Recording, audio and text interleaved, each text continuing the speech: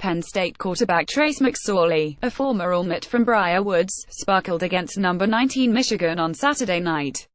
Justin K. Alleghetti Images State College, PA, all the way back to the second play of the game Saturday evening, with the tailgate tables barely folded and the 110,823 barely in their seats and absolutely in their white. A simple 2nd and 4 from the 31-yard line hinted at a heap of complicated truths.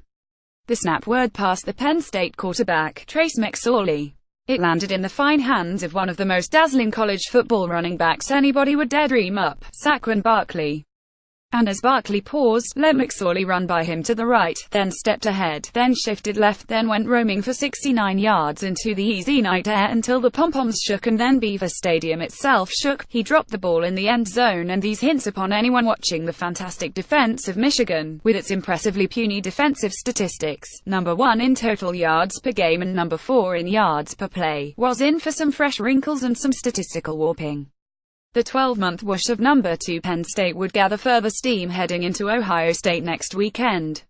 The legend of the junior Barkley would annex a few further notches.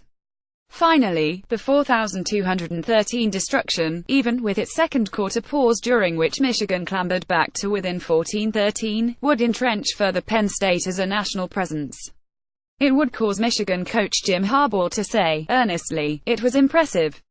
It would go to show just how much untold happiness two people can spread through a town of 40,000, when one of the people happens to be a dazzling running back, the other happens to be a clever cowboy of a quarterback, and the two of them have several friends on the line willing to block for them and for limited credit.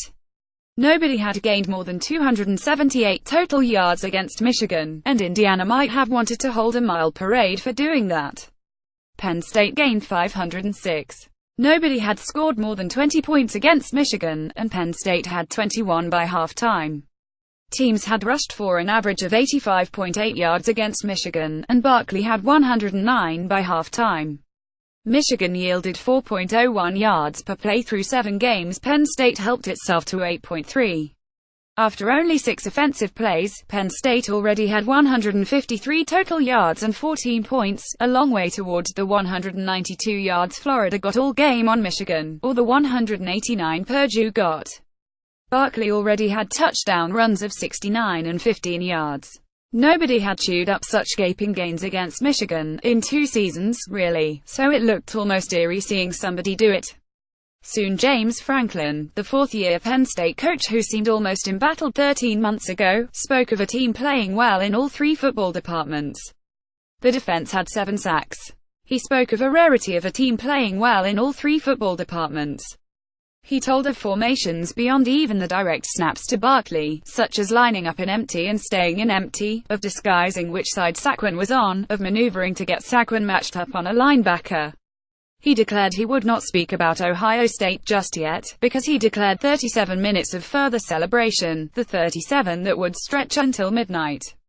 He had Barkley rushing for 108 yards, receiving passes for 53 yards and treating the witnesses to a rare 42-yard touchdown catch in the fourth quarter, making it 3,513, when Barkley, who clearly doesn't mind some novel duty running routes like a wideout, went up the right sideline, collected McSorley's pass, bobbled it forward, then collected it again.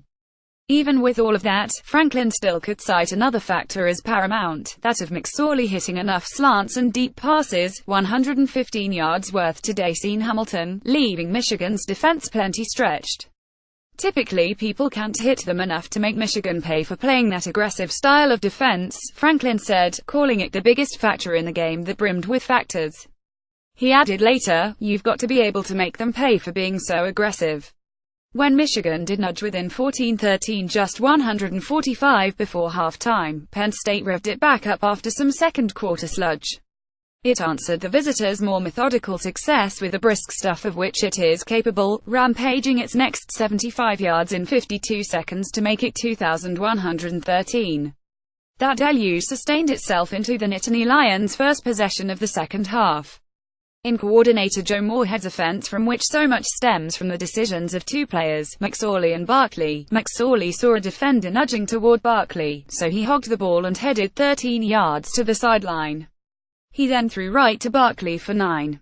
After he found Hamilton on a third down slant that kept things going to the Michigan 13-yard line, McSorley started slightly right, then went emphatically left, all 13 yards into the left pylon to make it 2,813.